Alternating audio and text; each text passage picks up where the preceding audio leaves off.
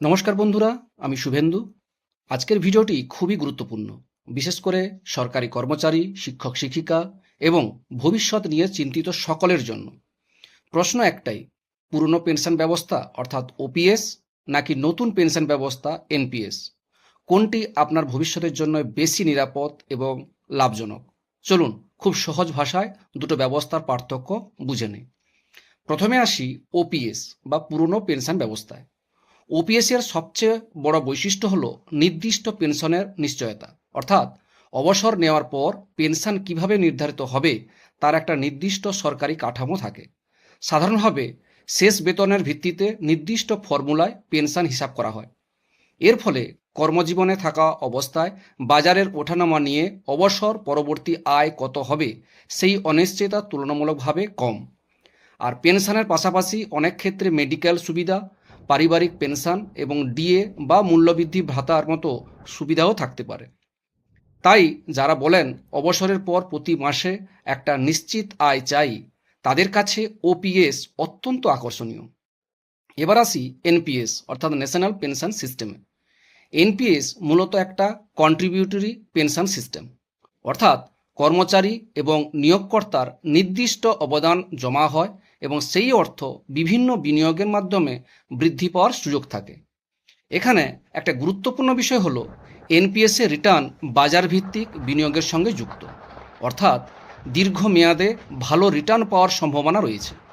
কিন্তু ওপিএস এর মতো একটি নির্দিষ্ট পেনশনের নিশ্চয়তা একইভাবে থাকে না।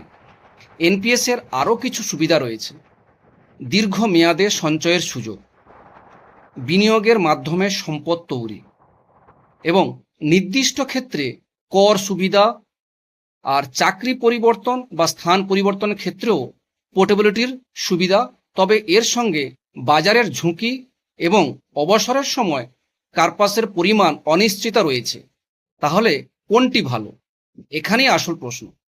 যদি আপনার কাছে সবচেয়ে গুরুত্বপূর্ণ হয় যে আমি অবসর নেওয়ার পর নিশ্চিত মাসিক পেনশন চাই, তাহলে ওপিএস এর সুবিধা বেশি বলে মনে হতে পারে। অন্যদিকে যদি আপনি বলেন আমি দীর্ঘমেয়াদে বিনিয়োগ করতে চাই, বাজার ভিত্তিক রিটার্নের সম্ভাবনা নিতে রাজি, তাহলে এনপিএস আপনার কাছে বেশি উপযোগী হতে পারে। অর্থাৎ ওপিএস ব্যাপারটা কি, ওপিএস হচ্ছে বেশি নিশ্চয়তা, আর এনপিএসটা হচ্ছে অবদান, বিনিয়োগ, বাজার ভিত্তিক সম্ভাব্য রিটার্ন। কিন্তু একটা বিষয় মনে রাখবেন, শুধু ওপিএস ভালো বা এনপিএস খারাপ এভাবে সিদ্ধান্ত নেওয়া ঠিক নয়। কারণ একজন কর্মচারীর বয়স, চাকরির বাকি বছর, বর্তমান বেতন, অবদানের পরিমাণ, বিনিয়োগের রিটার্ন এবং অবসরের পর কত টাকা মাসিক আয় দরকার, এই সমস্ত বিষয়ের উপর প্রকৃত সুবিধা নির্ভর করে। এবার আসি আমার ব্যক্তিগত মতামত।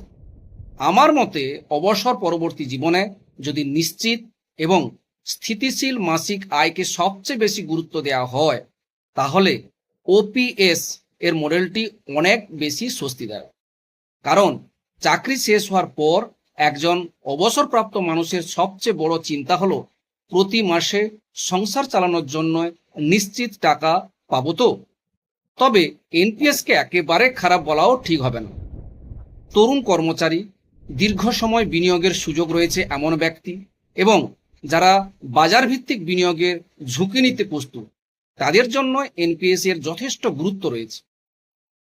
আমার কাছে আদর্শ ব্যবস্থা হলো নিশ্চিত পেনশনের নিরাপত্তার সঙ্গে দীর্ঘমেয়াদী বিনিয়োগের সুবিধার একটা ভারসাম্যপূর্ণ ব্যবস্থা। শেষ পর্যন্ত পেনশন শুধু একটি আর্থিক বিষয় নয়, এটি একজন কর্মচারীর অবসর জীবনের নিরাপত্তার বিষয়। আপনার মতে ওপিএস ভালো নাকি এনপিএস? কমেন্ট করে অবশ্যই জানাবেন। আর ভিডিওটি ভালো লাগলে লাইক, শেয়ার এবং চ্যানেলটি সাবস্ক্রাইব করতে ভুলবেন না। আবার দেখা হবে পরবর্তী গুরুত্বপূর্ণ ভিডিওতে। ধন্যবাদ।